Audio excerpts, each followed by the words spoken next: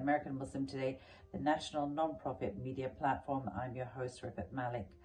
Donald Trump's executive order imposing sanctions on the International Criminal Court has been a major blow for the rule of international law and its system of justice. The sanctions were announced as Netanyahu, the Israeli Prime Minister, this week became the first leader to be invited to the US since Trump's re-election, meeting with lawmakers and the new president himself. While the world reeled from Trump's comments that the US take over Gaza earlier this week, this latest move raises no doubt he is coordinating efforts to protect Israel from international legal scrutiny. Now let's be clear, this isn't just another political move. It's a direct attempt by the US to shield Israel and its leaders from accountability for human rights abuses.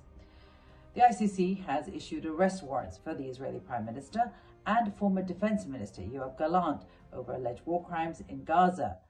And almost immediately, on re-election, Trump stepped in with sanctions to block the court from doing its job. This raises an important question. What does this say about justice? If the ICC is an independent body meant to hold war criminals accountable, then why is the US trying to sabotage it? Would they have done the same if another country was in the spotlight? But there is precedent for Trump.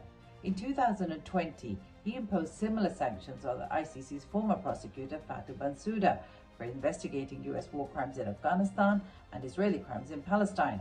This shows a pattern of undermining international justice when it threatens American or Israeli interests.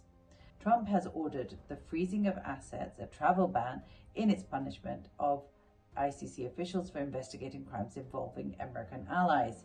It's a move that prioritizes political alliances over human rights, and yet the hypocrisy is glaring. The US supports the ICC when it targets leaders from nations they oppose, such as Russia's Vladimir Putin, for example, but when it comes to Israel, suddenly the court is labeled as corrupt and illegitimate. The global response has been swift. Nearly 80 countries, including major European powers like France, Germany, and the UK, condemned the sanctions, calling them an attack on global justice. Not surprisingly, there was support from the likes of Viktor Orban, the right-wing leader of Hungary.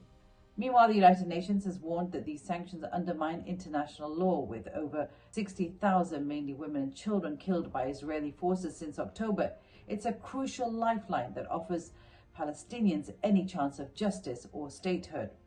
ICC officials have warned that these sanctions could cripple the court financially, blocking access to necessary resources and making it harder to carry out investigations, not just in Palestine, but in other conflict zones like Darfur, Ukraine, and Myanmar. The truth is that this isn't just about the ICC. It's about a long-standing pattern where Palestinian suffering is dismissed, downplayed, or outright ignored. The sanctions not only block investigations into Israel's actions in Gaza, but also discourage human rights groups from assisting the ICC. This weakens Palestine's legal avenues for justice, forcing them to rely solely on diplomatic and political efforts, which have historically been ignored anyway. The world has seen the destruction in Gaza, the loss of innocent lives, and the systematic oppression of an entire people. And yet, when accountability comes knocking, the rules suddenly change. Amnesty International called Trump's move a brutal attack on justice.